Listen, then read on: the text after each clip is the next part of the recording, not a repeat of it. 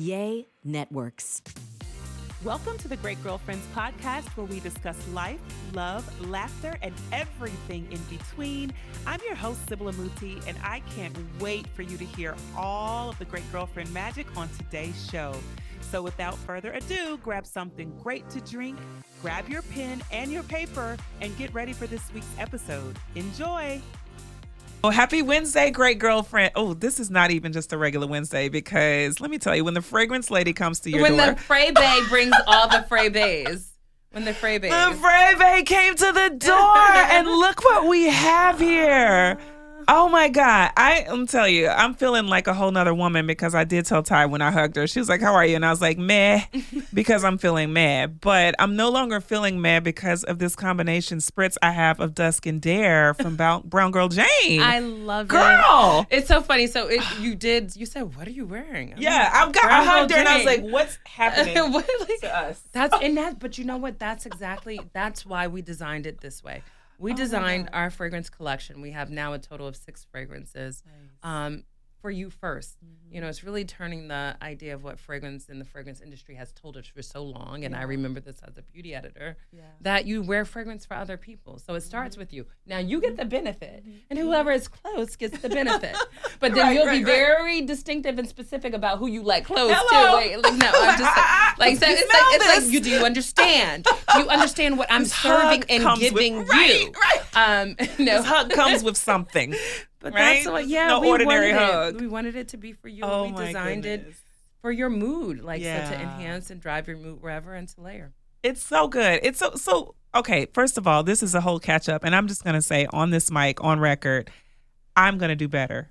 Wow. We only catch up for work, but that's we okay. need to but we need but you know. I also and I always want to just but we listen. Over. Here's the other thing. Do the come over for sure, because I actually like being at my house because I'm never there. I know. You're like, I just want to be home. I just like being at my house. Yeah. But do the come over. But I think we have to grant ourselves grace in that, because here's what I do know is that when we need great girlfriend moments that are going to actually hold us accountable and connected for a period of time, we have them. That's facts. We get a look, That's and true. sometimes it's without prompting. That is it's so like true. when I need a prayer, or I came to your heart, or you came to my heart. And whether or not it's a text, or whether or not it's a call, or whether or not it's a meal, or cocktails, or edibles, and fragrance, and all the things. I mean, because why not? Because or a hike. Or a hike. With all the things. With all the things. Oh my gosh. Then, it's okay. And I think that's part of being a great girlfriend. It's true. You're absolutely right. So I know. I just don't want to be an LA person that doesn't do the actual work. I don't feel that way. I know. I'm and you have a family. You have things. You have business. They don't own me. They don't run. That's right. Y'all don't own her. Y'all are not the boss. You don't own her. I got friends. You got friends. I need to do I don't even understand why you expect me to feed you or pick you up from school. All the things. I got so things demanding. To do. Dylan. I love you, Dilly. I love you, Dylan. Because there's so much that we have to catch up on, and then we're going to do it over and over and over again.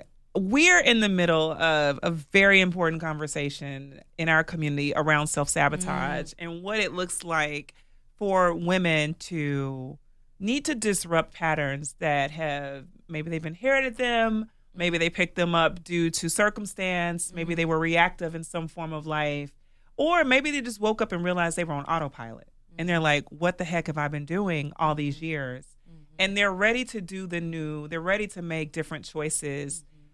Or to really, change your legacy, honestly, because what my mama did may not serve who I am, or my family's narrative may not be what I need for this stage of my life. And so, people are prepping for the new year.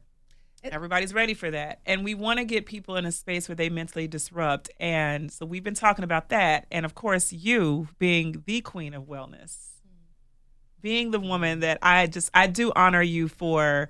I will never forget early morning mindset with Tai during COVID. Like, I won't forget you getting on the mic and saying, we need this. I need this. We need this. Hello. Are we out there? And seeing community come together to create understanding around mental health in ways we hadn't done, honestly. We hadn't done it honestly and publicly. Yeah. Like we really hadn't, and it started with that. But when other people decided to turn the mics off and walk away and return to things, I think you felt so at home anchoring community around this conversation and the needs that are attached to it, down to product. Mm-hmm. This is a very disruptive product. It takes a lot of work. It is not this brown girl Jane. Get it and know that it's not easy, because what you just shared with me about the fragrance space just brings me even more to a place of honor. Yeah. Like, wow, for the fragrance space to be so white. It's a white French male industry, and we are really fortunate because we've partnered with one of the best fragrance houses in the business, and we have an incredible team, including one of my best friends who actually helped introduce us and usher us into the fragrance space, who's a Black woman. And we have this incredible Latina Boricua young man who works with us on our team as well. And I have an incredible business partner. I mean, I have incredible partners in general, and we have a great team. Yeah. And so it is not easy, and it comes with a lot of stress. And I think, when you talk about entrepreneurship, I mean, that's a whole other thing that we glamorize, and sometimes our glamorization of that leads to self-sabotage, because you go into these things thinking it's going to look and feel a certain way, and it's very different. And so, I mean, and I think with Morning Mindset with Tai, and thank you for recognizing and honoring me in that way. I really appreciate it. What I had to do, and Morning Mindset was really born out of a need that I had, but also a desire I had to share and also hear from other people. And it came at a time when I think we really needed wellness. Yep. And needed to have a different type of conversation about wellness, because wellness is multifold, right? So there's emotional wellness, there's spiritual wellness, there's intellectual wellness, there's physical wellness, and there's environmental wellness. And there's also psychological wellness. There are so many different aspects of it. Right. And so part of the challenge in the wellness space is that it has been whitewashed historically, where, the ideas of wellness was Pilates or yoga. And that's a piece of it. And that can be a piece of it in your physical practice in order to have the physical health that you desire. But for us, especially as Black people, when you talk about self-sabotaging behaviors and what have you in the history and the legacy, so many of our experiences have been literally inherited. Yep. And so when we inherit some of those experiences and understandings, and we can't necessarily unpack them for this modern day and time in which we're living in, recognizing the layers of who we are as Black and brown people, especially, and I love everyone, and anyone who knows me knows that I love everyone, and I'm not saying this as a clarifying point, but just to understand, when I created Morning Mindset with Tai, and when Malika, Nia, and I founded Brown Girl and Brown Girl Jane, we did so with the intent and purpose of centering the needs of Black women, because that's who we are and that's what we know. So when I speak about some of the legacy of some of the trauma that we have to unpack, some of the experiences around physical health, wellness, emotional health, financial health, and wellness. I mean, that's a whole other piece of wellness. So if we were to look at it, there are probably really 7 key markers of wellness. And, I feel compelled, because it's been my own journey. When I talked about freezing my eggs more than 10 years ago. Oh my gosh. That was a wellness decision that I wouldn't have clarified as that or classified as that. When I decided to pivot and leave my career in magazine publishing at 26 years old, after becoming the youngest and the first African-American beauty director in history at 17 magazine when I was 25. That was a wellness play. On the flip side, the self-sabotaging plays would have been not honoring and at first asking myself those questions about what I really needed, what I really desired, what I really wanted, and then being willing to take those steps. That would have been self-sabotaging behavior. Absolutely. Right? And so, this wellness thing, I realized, I think it was inherent in me. That and the spiritual connection. How did you know? So, because I know that there are people listening that are like, I might wanna. Could I be the person that could? And then fill in the blank, do these things, start a fragrance line. Start a conversation series. Leave one industry to jump into another industry. Trust yourself to do those things. They're sitting in that conversation, that mental space, and they sit idle for years and years of could I, should I, would I, and then watch someone such as yourself who's decided to make these different shifts and pivots. Just trust yourself to do so in whatever that process is, and become green almost, because they're like, well, how does she get to do it? Or it's like, oh, it's easy for Tai to do. Oh my goodness, child, please. Listen. First of all, Ty's drop dead gorgeous. She's drop dead smart. She's drop dead brilliant. Like the package says, of course she can, right? And I just want to be clear about that. You hear that? I know you hear it. Yeah, like of course it's easy for you. I get it. Yeah, it wasn't easy for me. I was, and so I want to answer the question first about, what do I say to her? First of all, I see you, sis. I know you. I am you at times, actually a lot of days. When you've been an entrepreneur for 18 years, I got to talk myself into this shit every single day. Every single day. I know. Right? I'm like, okay, God. Morning mindset. Thank you, Lord, for your grace and your mercy. Yes. This has been great. Am I doing this again? I know, right? Get up. We doing this again. Okay. Yes. So I do see you because, there is, I am not without fear. Yeah. I just don't allow fear to fake me out from my promise. And I also don't allow fear to let me sit anywhere too long. And so when you talk about like, can I, should I, would I? Listen, it's not just about trusting yourself, because I will say that. I am, a believer that, faith can do but so much. Right. There are actions that you have to show up with. Right. Trust and belief in the power that you were designed and who you were called to be is one piece of it. The other piece of it is being very intentional about how you create those steps toward that. So once you have the emotional, faculty and the energy to say that I'm going to do this, that's one element of emotional wellness. Yeah. So now how do we align those other things?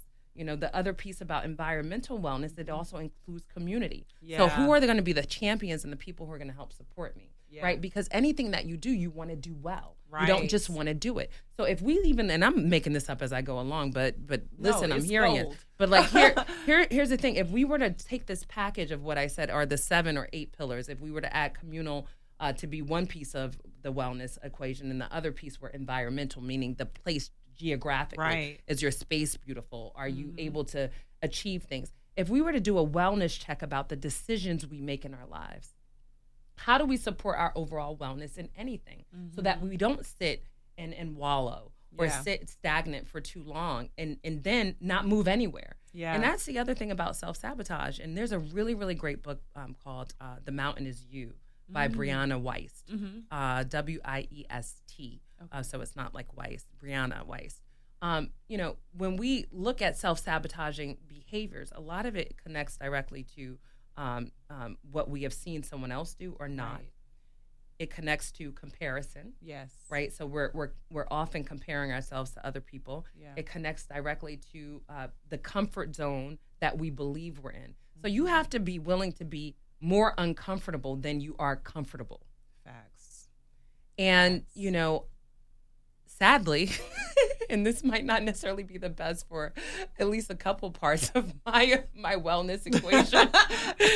Sadly, I don't want to say, I wouldn't say I live in fear, but I have become so unafraid of fear. Right. That I know fear to be my friend. I use fear as a stepping stone. And that actually is one of the principles that I learned when I was training to become a host, which I still do, because when I go out for an audition, I go back to do the work again. That's another thing that prevents you from being self-sabotage, right? Be willing to do the work. Be willing to become skilled at it, right? So that you know it. So I go back even now after hosting for more than 16 years. If I'm up for a big audition, I go in and get training again.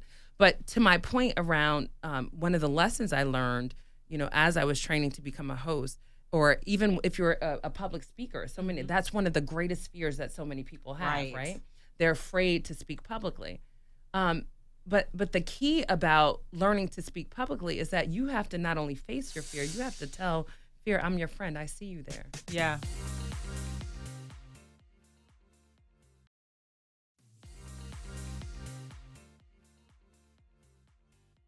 So fear, actually, you're helping me right now because what you're telling me is that I'm stepping into something new, and this new thing might be so great. Fear, I see you right there, and you're telling me that I can't, but I'm going to prove you wrong because I've done it before. Yeah. Fear, I see you. You make friends with fear. Yeah. And so when you know that the friend is there, it's like, you got my back, you think. I'm where I'm but supposed to be. I'm going to step Here's in my front indicator. Listen, Yeah. I'm going to step in front of you. Yeah. Because if it were easy, if it were familiar, if it were comfortable, there would be no fear attached. And it would also leave you right where you started. Where you are. What's the upside to that? There's no upside. upside. That's the upside. That is also something with entrepreneurs. You're always hoping for the upside. You're like upside, please, today. Please. The upside. Are you coming? Let this be the one. Let this be the moment. But, yeah, and you have to keep pressing. But the upside, really, and because, I know that we're both women of faith, the upside is not only destiny, it's promise. Yep. That is what God has promised to me. Yeah. And so, sometimes when we think about some of those self-sabotaging thoughts and behaviors and things that come to our mind, are you believing a lie? Are you believing a fallacy? Right. Of something that actually it's so crazy. I talked about this on Morning Mindset this morning. You can acknowledge that there is fear, but you don't have to own it. Yeah. You can acknowledge that there is something that doesn't, but you don't have to own it. Yep. Right? Yeah. And so how do we acknowledge that it's there? Recognize that it's there. Place it wherever it needs to be placed in the moment, or throw it out, or whatever. And then keep it going. I'm always asking myself, what is it here to teach me? Like, what is this here to teach me, or what is it here to introduce me to? Because I view like certain emotional states as an invitation to either learn something, right? To learn something new, to disrupt something, or to prepare. Yeah. So like, what is it teaching me? What is this fear here to teach me? Yeah, absolutely. What am I preparing for? What do I need to disrupt? Right. And I think that curiosity, we've had this conversation also on Morning Mindset, that curiosity about asking ourselves why. Yep. We're quick to ask someone else why. Absolutely. Like, why did you do that? How did you do that? Why? But do we question ourselves? Never. And because we don't like those answers. Because we don't want to deal with that. Like, I don't want to hear it. I know it to be true. I don't want to. Listen, and there are areas of my life that I still need to do better in. And, one of the things that I'm intentional about right now is you talk about, the new year. But as we go into, what is now Q4, prepping for the new year, I'm like, what are some of the things that I didn't get done that I thought I wanted to get done before I get to the new year to say it's to start now? Right. And that's even a self-sabotaging behavior. It's like we wait and procrastination. I'll do it later when this new moment happens. So like looking at Q4, it's like, there were some things like, so in anticipation of 2024 and what I want that to be, what are some of the things I can do right now? Now, here's the thing. The other self-sabotaging thing we do is we make the list too long.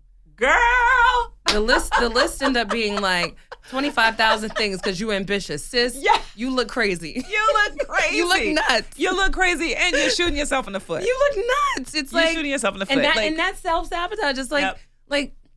So, and I kid you not, Sybil, when I make to-do lists every morning, I literally go back over the list and I'm like, all right, that ain't getting done today. That ain't getting done today. And in some ways, I don't know if it makes me think I got something done, but I think from a emotional and a psychological level, it trains me to understand that I'm not supposed to accomplish every single task, every single day, all of the time. And when I do try to do that, and there are days that I try and do that, I'm like, why are you doing this? And who are you trying to prove something to? Mm-hmm. And I think tied with that, when you say that, like your ability to, because I have gotten to the place where I will check off this, that's not happening, I'm gonna bump that over. That was too ambitious from the start. No. I tell myself that I'm satisfied with my ability to make a choice. Like I'm satisfied. I'm not mad at myself for crossing off things that should have never made the list. I'm actually satisfied and I'm content with it. I'm not going to judge myself. I'm not going to go be critical and Sybil, you suck. Mm. You didn't complete. There you go, like procrastinating or having this incomplete list again. I'm not doing that with it. Yeah. I'm at peace with it. Like, Yeah. when can we get satisfied with ourselves? I mean, I don't know. I think part of it is that we have to learn to love and accept ourselves for what we are now and not what we're becoming. Yeah. Or who we're becoming. Because I think that's the other thing. As we make these plans, we're constantly like hoping, relishing, looking forward to. And I've had to do that. And I'll be very transparent. I had to do that recently. And I'm talking about very recently. I probably just woke up 2 days ago. Like, I'm good. I'm okay. I'm okay. Am I okay? I'm okay.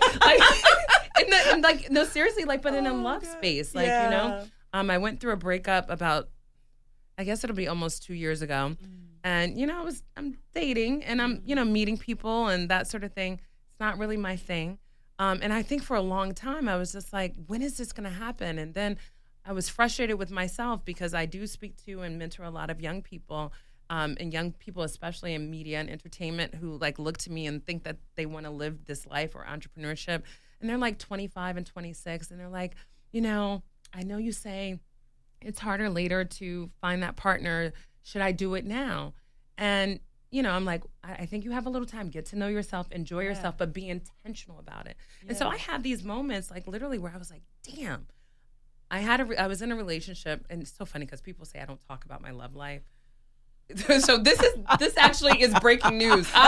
And maybe I'm getting out of the self-sabotaging pool, cesspool of no, I'm kidding. It hasn't been a cesspool. I've had only wonderful people. No, I really have only had wonderful people in my life, with the exception of my different conversation. Okay, very early one. Because I was like, which one? Okay, no, my fiance, my ex-fiance was not great. Oh, okay. I mean, but I was also young, and I also didn't have as much knowledge and awareness of who I was and who I needed to be and who I was becoming. So I showed up as a young 23-year-old girl, and so I've learned from that.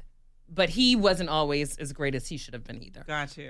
But we will leave that at that. We're friends. I'm friends with every last one of my ex. There is no hard feelings with any of them. But going back to the self-sabotaging thing and young women. So as like I'm in this space now, I'm like, it's self-sabotaging to be like, I really only like being in my house. Because I live in a secured situation. No one's coming in my house. Amazon guy doesn't even. I mean, you're like, the Amazon doesn't even. They drop it off somewhere else. Like no one. No one. And so that's self-sabotaging. But what I had to come to learn also about, you know, the idea of, you know, the love life, I haven't invested in it. So that's self-sabotaging, right? I haven't meaningfully invested in it. Even with my last love, who I love very much. And like I said, we're still very close and he's a wonderful human. Was I as present as I should have been? So I have to reflect on, you know, did I do all of the things that I could have done? That's very honest. But I think that that's what happens in our world and in our life. We look and we fantasize about what the opportunities are, but then don't take the time to reflect on. So that way we don't repeat some of the same things. Now, I am very close to perfect as a partner, just FYI. I love it. Like very, like almost like you're getting a good one. Like, and she cooks. I love that flex. Like, and she cooks. And she cooks. I mean, and she smells like heaven. And I smell like heaven. And listen, and she's in her 40s. I mean, she's all the finest. Do you want, like, come on. I'm saying in her 40s. For the record, because in her 40s, it's a whole different other. That's animal like. That's like jungle. But in taking the time, and she loves God. Wait, right? Like she knows how to pray. She does all the things. So, but in assessing that, do you then start saying, all right, Tai, if I recognize that this is an area that I need to make an investment, do you start modifying your choices so that you do make space for it? You have to. Which means there's less of you in other areas, yes? You have to. Okay. Because the other thing is, like, we talked about this with the to-do list. We can't do it all. Yeah. And we're not meant to. Yeah. And so that's one of the things that I am in this space. Quite frankly, I've always been great at, you know, my job and work. I've always had the spirit of being a person who did and achieved. Yeah. Always. I mean, there's something inside of me that I was born that way, but then there's other pieces of me that were truly nurtured that way, being raised by my wonderful Mary and my mother, Taiwanda, and my grandfather and my other grandmother.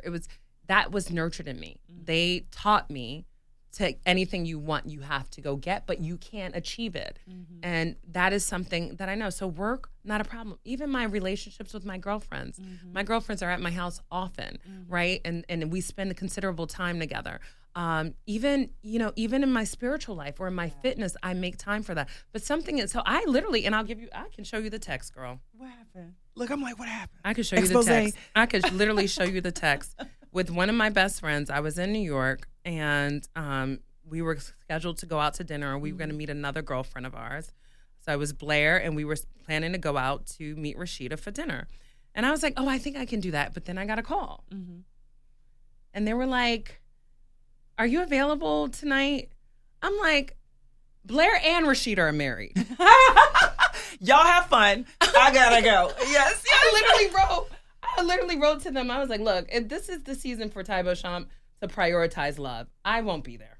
Right. Look, we've done dinner. Managing a lot. I'll see you, Chance and Robster. We'll come by for a drink, but moving a lot. And sadly, I'm here. I've got to prioritize love and dating in this season. On. Sis. Yes. That was the thing. Got to prioritize love. And so, yes, there are going to be other areas of your life that are not as robust. But therein comes back to the autonomy that God gives us.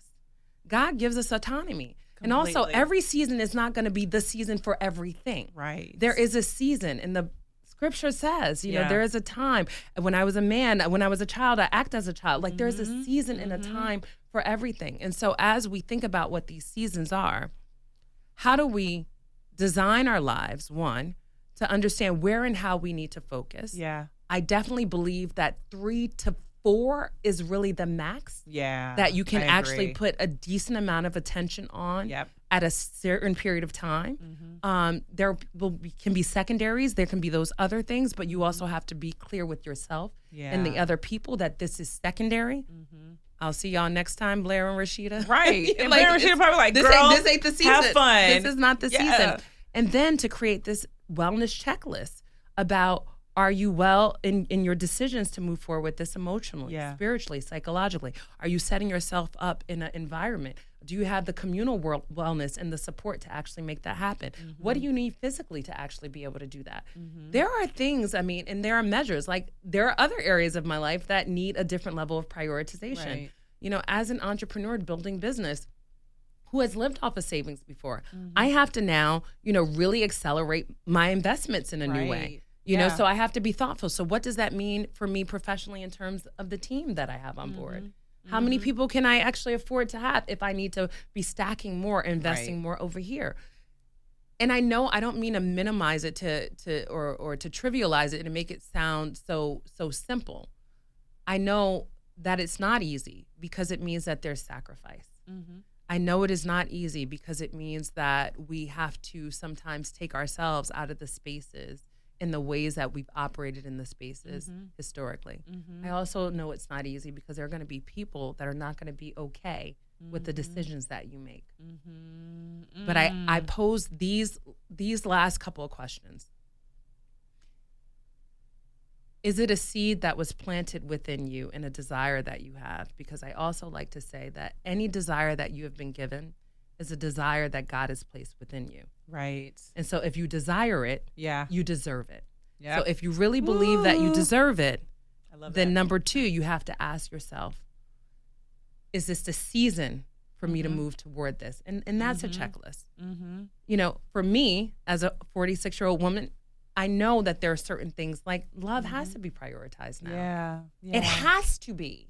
I want to share life and love and chase after God and all of the incredible things that I know that God wants us to have both here on this earth and after, and create impact. So I have to prioritize that. And the risk of not prioritizing that for me is too great because it means when all of the things, the legacy of building incredible businesses and company come to fruition, I'll be there experiencing it by myself. Right. That's not what I want. Yeah. So, what are those checklists? Yeah. And, you know, I have to be mechanical about them sometimes too. But I think it's worth it. And I think it's not just worth it for us, knowing the women that are listening to Great Girlfriends. And if they're even considering what it means to be a great girlfriend, you first deserve to be the best girlfriend to yourself.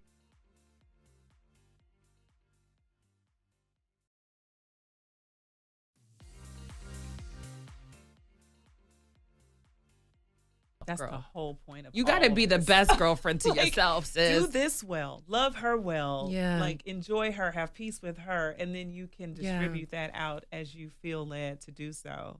So you said something about sacrifice, and I want to tap there for a second, because I do know that so many women have been sacrificed, right? Meaning they have been the subject of someone else's sacrifice.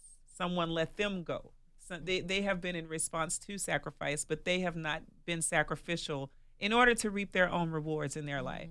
So they've been subject to it. Let go of a job, you know, furloughed, you know, released from a relationship, put on the outside of friendships. They have been, so they understand it in one way, where they have been the sacrifice. But what you're speaking of, which equates to preparing a formula for success, is being proactive about areas where you need to sacrifice. Yeah. And it's so important. I feel like you laid that out. I think it's so important for the woman who has been sacrificed and has felt like, what about me? Because I'm always I'm on the back end of everyone else's choices, to know that the proactive space that you need to be in for you to have that wellness, right? And even build out that checklist so it feels good for you, is to know where you've got to make those choices. Where do you need to cut back? Yeah. Where do you need to sacrifice? You have done Can I say something? Of course. I don't want you to lose your thought. No, I got it. I'm Sure? ready. Okay, yeah. perfect. You know, first, I think that the idea of this is interesting in my experience, right? And I'm in a very incredible place with my mom, which I'm really grateful for. My mom has always been incredibly present in my life, but she had me as a young mom, so we were more like siblings than, you know, mother-daughter. And then we took care of my grandmother together. And so my mom has had her own journey of growth and evolution, both as an individual, because she was a younger mom, and then also as a parent to me, and then as a caregiver to my grandmother, who was like huge. And also, you know, a woman in her own right who's achieved, you know, college educated, master's degrees, all the things, right? And so with her journey, but I'm in an incredible place with her. And so I want to liken this to where I believe she is. One, you know, we all have a time. There's a time for everyone. We talked about the time in the season. But two, when you are ready to release and forgive any of the experiences of you being sacrificed or feeling sacrificed, is when you will learn to really honor yourself in a new way, to realize that it wasn't even about being quote unquote sacrificed. It was about that experience there being, as we said from the beginning, to teach you something, for you to stand more authentically in your power that you didn't realize you had then. And so what I would say to this idea of, if, you know, how do you get to this place of like, I'm no longer going to be sacrificed. I'm no longer, once you forgive and recognize that that sacrificial experience was there to teach you something, to elevate you, to move you to the place of saying that I deserve to be honored. I deserve what I deserve. I deserve what I want. I deserve that desire because God planted that there. And now what am I going to do? And then you know what you'll do? Even if you don't go back to the same people around you will not only realize that they can't sacrifice you, they'll want to help you. Right. Now that's when we get that communal wellness. So how do you get people to buy into and to subscribe? And even if they're not necessarily paying the bills or, you know, funding or doing whatever, but that they see you and they champion you, because now that energy is going to really flow in a different way. So good. It's so good. You can only, and if you want to be top choice, then you got to choose you, right? Yeah, that's it. That's it. You gotta, if that's the only way to ensure that you're top choice. It's like, I choose me first. Yeah. So and I'm it doesn't not have to hurt anyone. To all the things, the choices that other people make, I'm not attached to that, because I choose me first. Yeah. And that's a great place to dwell. But in that, because you have built such a dynamic community space here in LA, and you have been so intentional about the tentacles of wellness. And I think about that. I think that when you take forward steps, you're not going backwards. You can't self-sabotage going forward.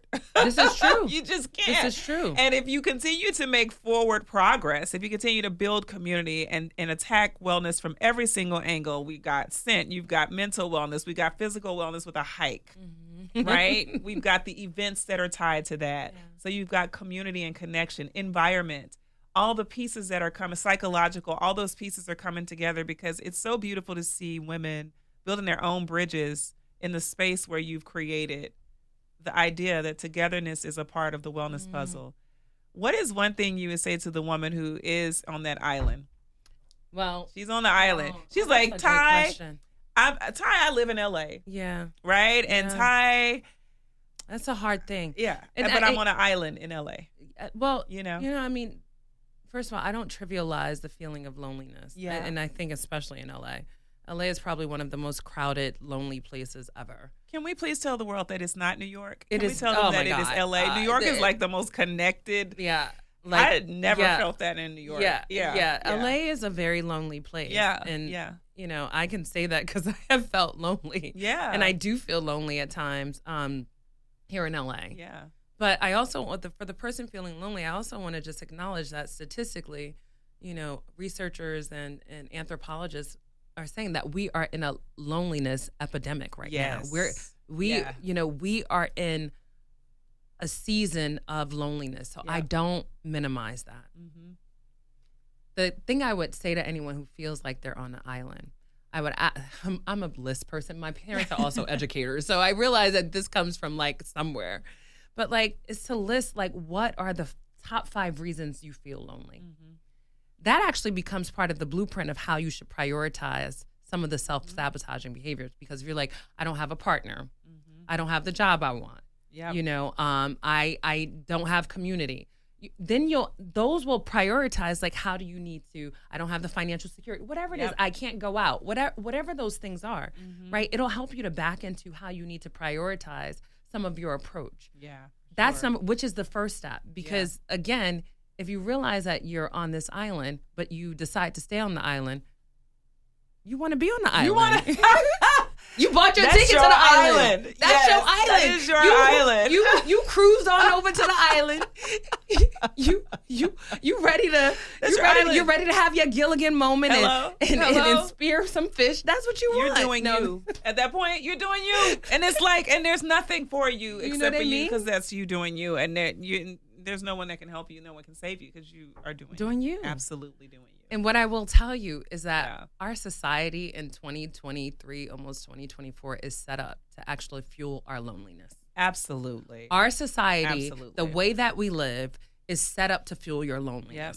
The fact that you can be on a computer for 12 hours a day, between a computer and a phone, the fact that you only can text on IG, or the fact that you can create your own content and never watch any other content or go out and have to interact with anyone, the fact that you can watch every single movie between all the platforms, or you never have to go out. Your food comes to your door. Your food comes to your groceries. Amazon doesn't even ring the doorbell. They just roll out. All of the things. Absolutely. We are set up. Yep. This society is actually, and this is where we have to be smarter than what is happening to us and around us, right? Yeah. And so I say to her, like, or them, I say to them, are you willing to make those steps to move beyond the loneliness? Mm-hmm. Because it's easy for all of us to be lonely. Absolutely. In this society. Absolutely. And then I think the next piece of it too is deciding exactly what it is you want to do. And then you have to enlist co-conspirators and allies. That's facts. Yes. You have to enlist co-conspirators and allies. And sometimes that comes in the form of someone that you can directly learn with or from, someone that you can support and glean wisdom, or someone who's going to direct you in whatever you want to do. But my prayer is that we don't stay in this space as a people. It's very frightening, actually. Oh, it's completely frightening. And the hard part about it is watching my children navigate this and having to make choices around what community will look like for them now so that they can have a blueprint going forward, it's hard to explain to them the importance of human connection because they've gone through periods of such extreme disconnection and they felt okay. But that's dehydration. You will starve without humanity, without the pulse of another human, without that connection. You do not even know the level of dehydration until you're dead. It's gone. Can I tell you, Sybil, that's what everyone who comes to Morning Mindset, withTai, the hike-in experience. We do the hike-in experience here in LA every month, 10 months out of the year. And then we travel with other events. We were at Revolt World. We did something at American Black Film Festival. We did something at Art Basel last year. And so we pop up with brands in other places. So we could be coming to a city or state near you. Check us out.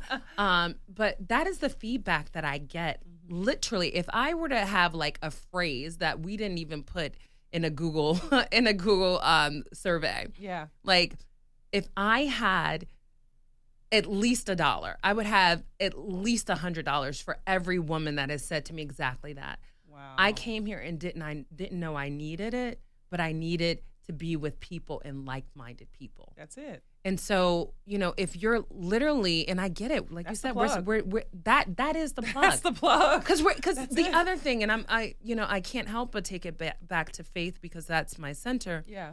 We are not meant to be alone. Not at all. God did not design us. And that's why even as how I was raised with my incredible single mom and grandma, they told me I didn't need anyone, but that's not true. Yeah. We need people. Yep. We need people, and not just for the likes and the fake fire emojis, because sometimes it ain't that fire. Right. And you still commenting fire.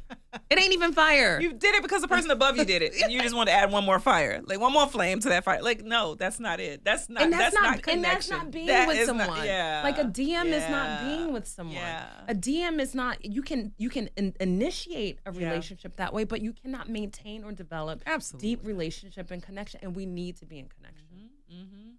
It is, and that's the importance of understanding what is part of your formula for happiness, for joy, for peace, for connection. Like, you understand that, you can be intentional about seeking it out. And you also know when you need to withdraw. Like, I'm very clear on how much I need to go out and do what I do, and how much I need to be in the house, how much I need to play with my kids, how much I need to withdraw from my kids. Like, and my husband. Like, I've gotten it down because I have a formula in place that supports me optimizing happiness in my experience in a state of peace. How long did it take for you to get to that formula? It evolves. Okay, that's cool. So it's fluid. It's fluid. It's fluid. No, I get it. But I also have symptoms of when it's time for me to vacate. Like, I'm very clear symptomatically when I've had enough. And I know that in order for me to be the best version of myself, if I feel myself emotionally withdrawing, I know I probably should have left 5 minutes before. Don't leave when you're tapped out. Leave before the tap out happens. This is true. You know what I mean? And then you find yourself trying to get out and you can't. You can't. No, that's when it's too many. It's five too many drinks. You were late. You knew you were already on glass 3. So every evening in my house, it hits me that I've been around people too long. It hits me like, girl, don't get quiet. And I tell, the kids go, there she goes making her announcement. I'm like, well, guys, this has been wonderful. You said I got a PSA for you. Oh my God. And I'm out. You've been amazing. Life is amazing. This is great. You were great. You're fabulous. I love you. You know where I'm going. Really, like, and it's like real love, but I'm out. You want to know what's so funny? Let me show you my phone again. So the crazy part is all my friends know this too, because when they invite me out here in LA or anywhere, I go to bed at 9:30. Right.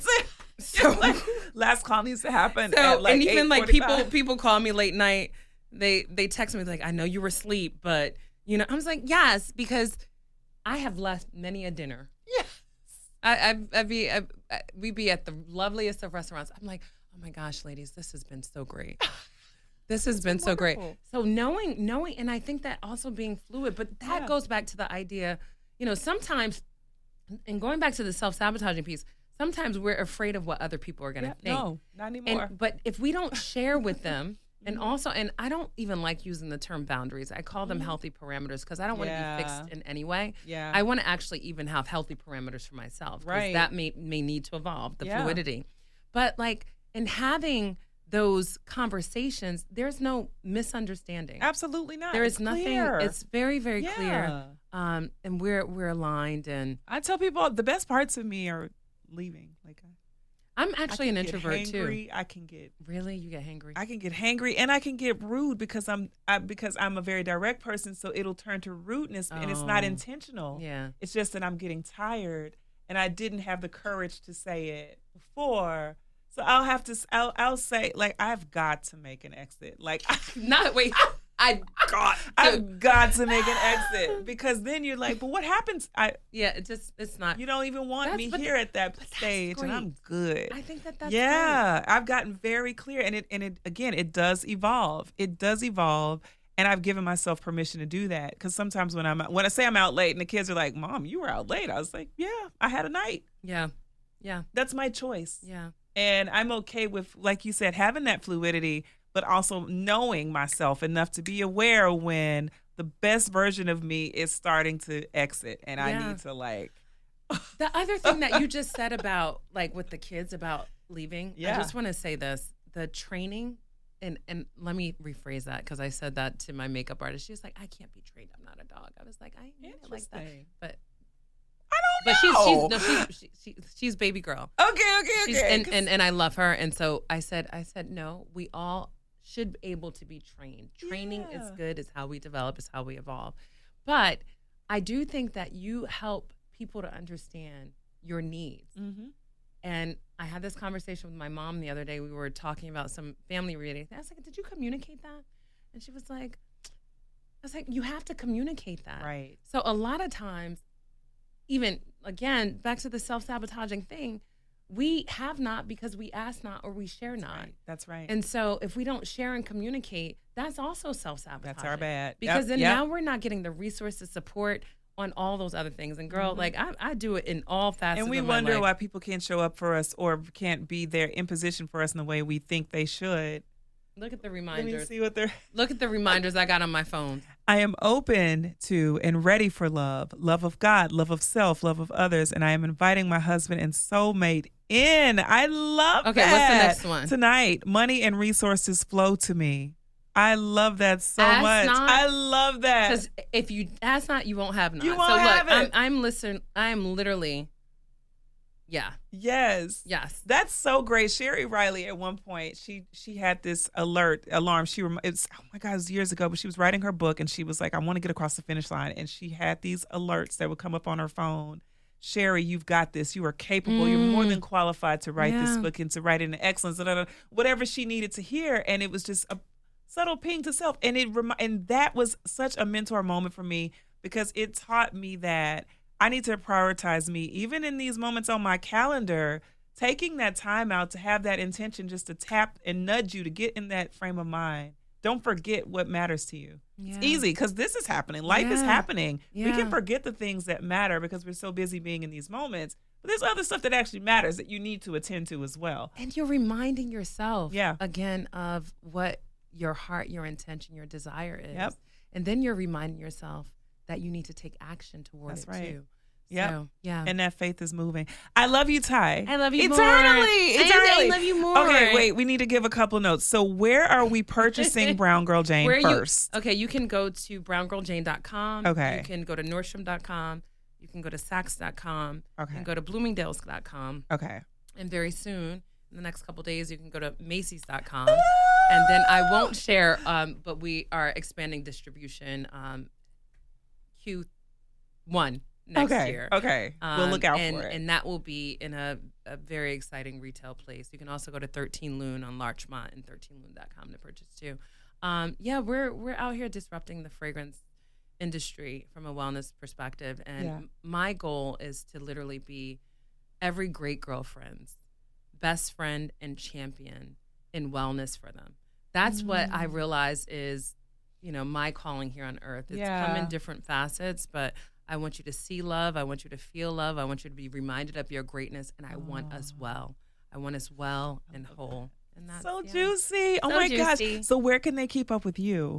I'm on IG. Yes, you are. In an amazing way. Morning Mindset with Tai is happening. Morning Let's not Mindset. forget that we've got a whole show happening. Morning Mindset with Tai is on Morning Mindset with Tai on IG. We're working on our podcast now too.